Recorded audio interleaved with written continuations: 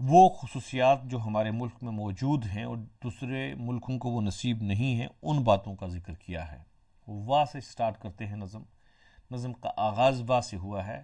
واہ یہ جان بخش پانی، جان بخش پانی، جان دینے والا پانی، یہ چشموں کا پانی، یہ میٹھا پانی جو ہمارے ملک میں آپ دیکھیں گے، کشمیر، آپ دیکھیں ہماچل اور کہاں اتراکھنڈ، اترانچل، پہاڑوں سے پانی نکلتا ہے کہ ہندوستان کو یہ نصیب ہے۔ ہمارا ہمالیہ جو پانی سے بھرا ہوا ہے، یہ ہوائے خوشگوار اور خوشگوار ہوا، ہریالی والی ہوا، تازہ ہوا، یہ ہمارے ملک کی خاص بات ہے۔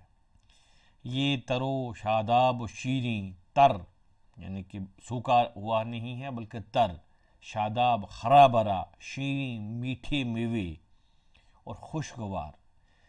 ہمارے ملک میں پہلے دو مصروں میں سرور جہاں آبادی کہتا ہے کہ ہوا تازہ، پانی جان بخش، میوہ جات تر و تازہ اور شاداب اور میٹھے۔ تیسرے مصرے میں کہتے ہیں ٹھنڈی ٹھنڈی عطر میں ڈوبی ہوائے باد جنوب، باد بولتے ہیں ہوا، جنوب سے آنے والی ہوا، جو ہماری ہوائیں جنوب سے چلتی ہیں شمال کی طرف، سمندر سے آتی ہیں اور پھر یہی مانسون لے کے آتی ہیں اور ہمارے ہاں گرمیوں کے موسم میں برسات کرواتی ہیں کہ ٹھنڈی ٹھنڈی عطر میں ڈوبی ہوئی، عطر میں ڈوبی ہوئی، عطر ہوا خوشبودار مادہ، کہ جو ہوائیں چلتی ہیں جنوب سے شمال کی طرف وہ عطر میں ڈوبی ہوئی اور ٹھنڈی ٹھنڈی ہوائیں چلتی ہیں۔ یہ بھی ہمارے ملک اس مادر ہند کا جو ہے خاصہ ہے۔ سبز کھیتوں کی ہوائیں اور یہ میدانوں کی دھوپ، سبز کھیت جو ہمارے کھیت ہیں، آپ پنجاب کے کھیتوں کو لے لیں، کھیت کھلیان ہیں، ان کی ہوائیں، اور ہمارے میدانوں میں جو دھوپ ہے، یہ لفظ دھوپ استعمال کیا ہے، ہندی میں ممکن ہے دھوپ استعمال ہوتا ہو لیکن ان کی مجبوری تھی کہ بعد جنوب کے آگے دھوپ لایا ہے۔ ذل شفقت ہو تیرا اے مادر مشفق دراز، کہ اے مادرے، اے ہمارے ملک، اے ہمارے ہندوستان ملک، اے خوبصورت ملک، کہ آپ کی شفقت جو ہے ہم پہ ہو، مشفق جو ہے آپ ہم پہ ہوں، یہ دراز ہو، یہ بہت طویل ہو، ہمیشہ رکھے۔ خاک پر کیا کیا تیری مکینوں کو ہے ناز، مکینوں ہوا وہاں کے رہنے والے، مکین، کہ تیری خاک پر، تیری مٹی پہ تیرے رہنے والوں کو ناز ہے، تیرے رہنے والوں پر کو فخر ہے۔ اور اس میں کوئی دو رائے نہیں ہے کہ اگر آپ تاریخ اوراق پلٹ کر دیکھیں، ہندوستان پہ جتنے بیرونی حملے ہوئے، جتنے بھی حملہ ور باہر سے آئے، وہ اس لیے آئے کہ ہندوستان بہت خوبصورت ہے، اس لیے آئے کہ اس ملک میں بہت سے ذخائر ہیں، بہت سے سورسز ہیں، منرلز ہیں۔